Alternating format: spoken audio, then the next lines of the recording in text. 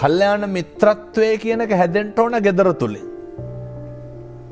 අපේ ස්වාමි පුරුෂය අපේ තාත්තලා පියවරු හිතාගෙන ඉන්න ලොකු පුරුෂාධිපත්‍යයක් ගෙදර ගොඩනගාගෙන අර දරුවන්ගේ පීඩනයයි සියලු පීඩන බොහෝ තැන්වල පිට කරන්නේ කොහින්ද?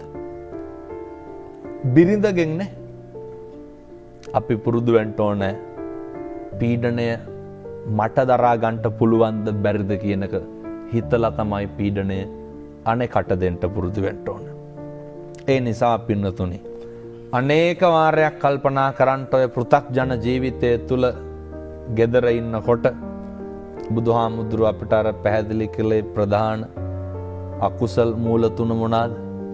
ලෝභයයි, ද්වේෂයයි, මෝහයයි. ලෝභය, ද්වේෂය හටගන්නේම ගෙදර ඉන්නකොට. දැන් අම්මලයි පුතාලයි අතර ප්‍රශ්න ඇති වෙනව අඩුයි නේද? වැඩිපුර ප්‍රශ්න ඇති වෙන අර මම සඳහන් කරේ ලේලි නන්දම්මයි අතර. මේක අපේ අර කියනවා නේද බැන්දනම් වෙන් වෙන්න ඕන කියලා. ඒක හරි වැරදි. බුදුදහමේ උගන්වන්නේ මොකක්ද? වෛරය නැති කරන්න පුළුවන් මොකෙන්ද? මෛත්‍රියෙන්නේ. ඇයි ඕක සමාජගත කරන්න බැරි? ඇවිල්ලෙන ගින්නට පිදුරු දානවා වගේ මොකක්ද අපි උගන්වලා තියෙන්නේ? වෙන විකල්පයක් නැහැ. මම දැකලා තියෙනවා සමහරක් ගෙවල් වල එක ගෙදර ලිප් දෙකක් තියෙනවා පින්නතුනේ. ඒ වුණාට ඒ නැන්දම්මත් පහන තියෙනවා, ලේලිත් පහන තියෙනවා. වැඩක් තියනවද? සමහර පින්නතුන් ඉන්නවා මේ පහන තියලා හෙන ඉල්ලනවා. එක ගෙදර පහන තියලා හෙන ඉල්ලනවා. මේකට විසඳුමක් තියෙන්න ඕන. ඒක තමයි තථාගතයන් වහන්සේ අත්ූපනායක ධර්මවලින් ඉගැන්වුවේ. මම එක අවවාදයක් දුන්නා එක පවුලකට. ඒ දියණිය කිව්වා, ලේලි කියනවා හාමුදුරුවනේ මම ඇවිල්ලා ගෙදරට සති 2යි අම්මා මම උයනේවා කන්නේ නැහැ. මේ ප්‍රශ්නේ තමයි මහත්තයෝ ගෙවල් වල ගොඩක් තියෙන. අනේක උහුලන්න බෑ. අනේක දරන්න බෑ.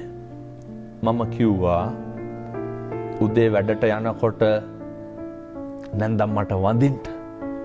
ගත් කටටම ලේලි කියනවා හාමුදුරුවනේ වඳිනකොටම අනිත් පැත්ත හැරෙනවලු.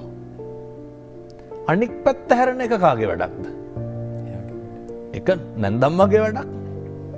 දැන් බුදුහාමුදුරුවෝ මේක නේද අපිට ඉගන්වන්නේ?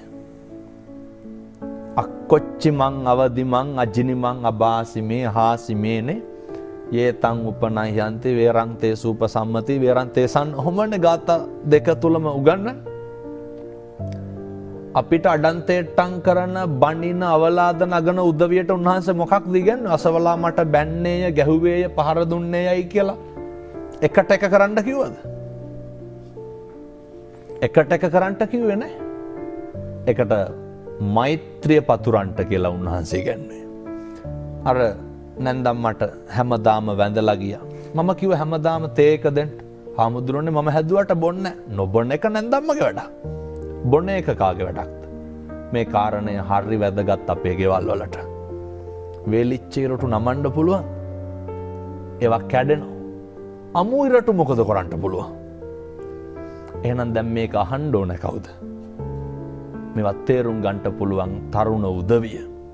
මම කිව්වා හැමදාම බත් එක බෙදලා දීලා යන්න. හාමුදුරනේ මම බෙදුවට කන්නේ නැහැ. සතියක් කරා, දෙකක් කරා.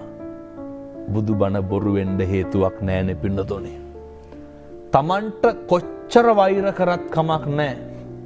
කොච්චර ද්වේෂ කරත් කමක් නැහැ. කොච්චර අවලාද නැගුවත් කමක් නැහැ පින්නතුනි. අපේ තුල ජීවත් වෙන සත්පුරුෂ මිනිස්සයා නැති කර ගන්න එපා.